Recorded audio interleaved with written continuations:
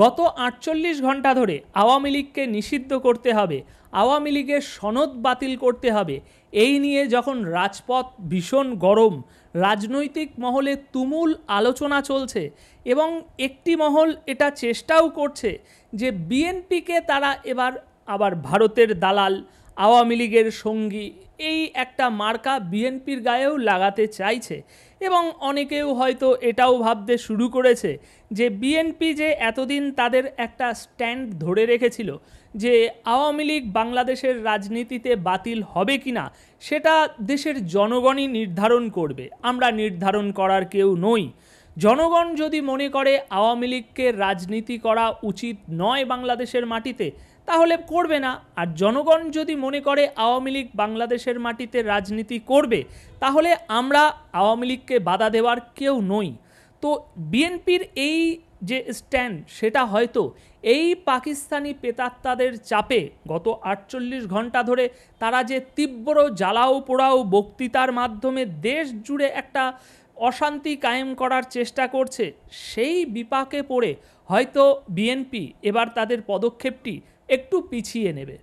কিন্তু দর্শক বন্ধুরা, আজ শনিবার দুপুরের দিকে একটি সংবাদ সম্মেলন করে বিএনপি একটি বোমা ফাটিয়েছে এবং সেই বোমাতে আমরা স্পষ্ট দেখতে পাচ্ছি যে বিএনপি সাহসের সাথে এই পাকিস্তানি প্রেতাত্মাদের ভয়ে পিছিয়ে না গিয়ে উপরন্ত এই তথাকথিত দেশনায়ক, সমাজসেবী, সমন্বয়ক যারা আছে তাদের একেবারে কাছা খুলে দিয়েছে। এবং এমন একটি সত্য যা আমরা সবাই জানি, কিন্তু সেটা সমাজে অ্যানাউন্স করার, সমাজে সবার সামনে সেটা পরিষ্কারভাবে স্বচ্ছভাবে তুলে ধরার কাজটা বাকি ছিল। কিন্তু বিএনপি এবার সেই কাজটা করে দিয়েছে। আর এর জন্য বিএনপিকে একটু সাবাসী দিতেই হচ্ছে যে সমন্বয়কদের এই যে কিংস পার্টি, যেটা তারা কোনোদিনই স্বীকার করে না, কোনোভাবেই মেনে নিতে চায় না, সেটাকে একেবারে চোখে আঙুল দিয়ে দেখিয়ে দিল বিএনপি। দর্শক বন্ধুরা, আজ শনিবার বেলা মোটামুটি 11:30টার দিকে রাজধানী গুলশানে বিএনপির চেয়ারপারসনের রাজনৈতিক কার্যালয়ে বিএনপি একটি সংবাদ সম্মেলন করেছে। আর সেই সংবাদ সম্মেলনে আপনার বিএনপির সমস্ত নেতারা, মির্জা আব্বাস থেকে শুরু করে সালাউদ্দিন আহমেদ থেকে শুরু করে মির্জা ফখরুল ইসলাম, এনারা সহ আরও বেশ কিছু বিএনপির নেতারা উপস্থিত ছিলেন এই সংবাদ সম্মেলনে। আর এই সংবাদ সম্মেলনে সবথেকে বড় যে বোমাটি ফাটিয়েছে তিনি হলেন মির্জা ফখরুল ইসলাম। 3-4টে বোমা ফাটিয়েছে বলতে পারেন। তা উনি এই সংবাদ সম্মেলনে সবথেকে আমার যেটা ভেবে আশ্চর্য হয়ে যাচ্ছি যে সাহস দেখিয়ে এরকম একটা সত্য তিনি প্রকাশ্যে এনেছেন। সুতরাং বোঝাই যাচ্ছে যে বিএনপি পিছিয়ে যাওয়ার দল নয় এই পাকিস্তানি প্রেতাত্মাদের চাপে। অন্তর্বর্তী সরকারের কোনো উপদেষ্টা, কে বলছে এটা? মির্জা ফখরুল ইসলাম বলছে অন্তর্বর্তী সরকারের কোনো উপদেষ্টা ক্ষমতায় থেকে রাজনৈতিক দল গঠনের প্রক্রিয়ায় প্রত্যক্ষভাবে জড়িত থাকায় জনমনে সংশয় সৃষ্টি হয়েছে। এই প্রক্রিয়ায় প্রশাসনকে ব্যবহার করার নানা লক্ষণ ও প্রমাণ ক্রমশই প্রকাশ পাচ্ছে, যা দেশ ও গণতন্ত্রের জন্য মোটেই সুখকর নয়। তো একজন রাজনৈতিক দলের নেতা ভদ্রভাবে, পরিমার্জিতভাবে যেটা বলেছে, সেটা খাস বাংলায় এটাই দাঁড়াচ্ছে যে এই অন্তর্বর্তী সরকারের ভিতরে থাকা সমন্বয়ক, তারা প্রত্যক্ষভাবে একটি দলকে সমর্থন দিয়েছে এবং সেই দলে প্রশাসনিক যে ক্ষমতা সেটা ব্যবহার করেছে। এবং প্রমাণ আমাদের সামনে ইতিমধ্যেই এসে গিয়েছে যে এই অন্তর্বর্তী সরকারের ভিতরে থাকা প্রত্যেকটি আপনার সমন্বয়ক এই এনসিপি, জাতীয় নাগরিক পার্টি, এটাকে একটা কিংস পার্টি বানিয়েছে।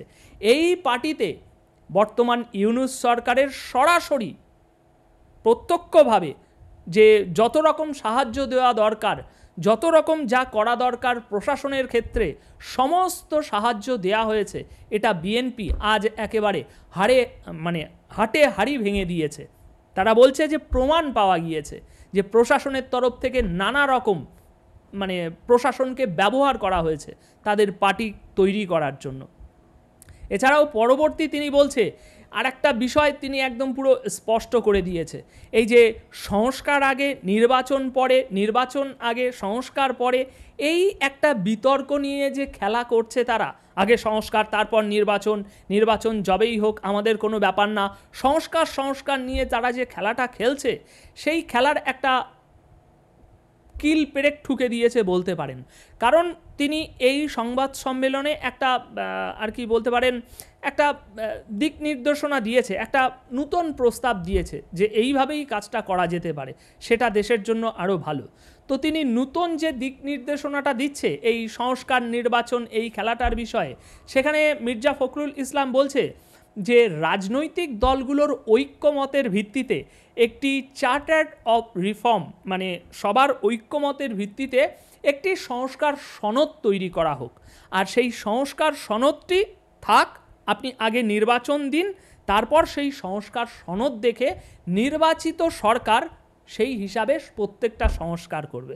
মানে খাস বাংলায় বলে দিয়েছে যে ইউনূস সাহেব, তুমি যে এই সংস্কার করে দীর্ঘ 1 বছর ধরে বসে আছো, আরও 1 বছর 2026 পর্যন্ত ক্ষমতায় থাকার জন্য যে পরিকল্পনা করছো, এখন তুমি মুখে বলছো না আমরা বুঝতে পারছি, কিন্তু ধীরে ধীরে এটা 2026 পর্যন্তই এগিয়ে যাবে, ওই সংস্কারের মূল্যটা ঝুলিয়ে ওটা বন্ধ করো, সবার জাতীয় ঐক্যমতে দেশে সংস্কার কী হবে তার একটা পাকাপোক্ত সনদ তৈরি করা হোক, আর তারপর নির্বাচন দিন, আর সেই নির্বাচনে নির্বাচিত সরকার এসে আগে থেকেই যে একটা সনদ তৈরি করা হচ্ছে সেই সনদ ধরে ধরে নির্বাচিত সরকার সংস্কার করবে, এমনটাই মির্জা ফখরুল ইসলাম আর কি প্রস্তাব দিয়েছে। এছাড়াও তিনি বলছেন জাতীয় ঐক্যমত কমিশন রাজনৈতিক দলগুলোর মতামত জানতে একটা স্প্রেডশিট পাঠিয়েছে, মানে এই যে সংস্কার করা হবে সেটা নিয়ে সকল রাজনৈতিক দলের মতামত কি সেই বিষয়ে একটা স্প্রেডশিট পাঠিয়েছে। সেখানে নাকি ওনার বক্তব্য থেকে জানা যাচ্ছে সেখানে নাকি অধিকাংশই যে আর কি মতামত দেওয়ার বিষয়, সেখানে অধিকাংশই সংবিধান সংস্কারের সঙ্গে সংশ্লিষ্ট, সংবিধান আগে সংস্কার করতে হবে। সুতরাং যোগসাজশ খুঁজে পাচ্ছেন এই নাহিদদের দলের সবথেকে প্রধান যে দাবি যেটা সংস্কার পরিবর্তন করতে হবে, তো এই জাতীয় ঐক্যমত কমিশনের এই যে মানে স্প্রেডশিট পাঠিয়েছে সেখানে তিনি বলছে অধিকাংশই সংবিধান সংস্কারের সঙ্গে সংশ্লিষ্ট। জাতীয় ঐক্যমত কমিশনের স্প্রেডশিটের অবস্থা এবং কমিশন সদস্যদের বিভিন্ন সময়ের বক্তব্য ও বিশেষ কয়েকটি রাজনৈতিক দলের বক্তব্য, বিশেষ কয়েকটি মানে এনসিপি জাতীয় নাগরিক পার্টির সাথে আর ওই দলটিকেও একটু মিলিয়ে দিন, যেটা তিনি এখানে ইঙ্গিত করেছে যে বিশেষ কয়েকটি রাজনৈতিক দলের বক্তব্য বিবৃতির মধ্যে মিল পাওয়া যাচ্ছে বলে উল্লেখ করা হয়, যেটা আমি এক্ষুনি বললাম। এছাড়াও তিনি বলছে ফলে জনমনে প্রশ্নের জন্ম যে এসব বিষয়ে যেন একটি পূর্ব নির্ধারিত কর্মপরিকল্পনার অংশ, কাজেই তা গণতন্ত্রের স্বার্থের পক্ষে কিনা বলা মুশকিল। তিনি আরও বলছেন সুপারিশগুলো পর্যালোচনা করলে দেখা যায় ভবিষ্যতে অনির্বাচিত ব্যক্তিদের রাষ্ট্রীয় দায়িত্বে নিয়োগের অযৌক্তিক প্রচেষ্টা রয়েছে যা অনভিপ্রেত।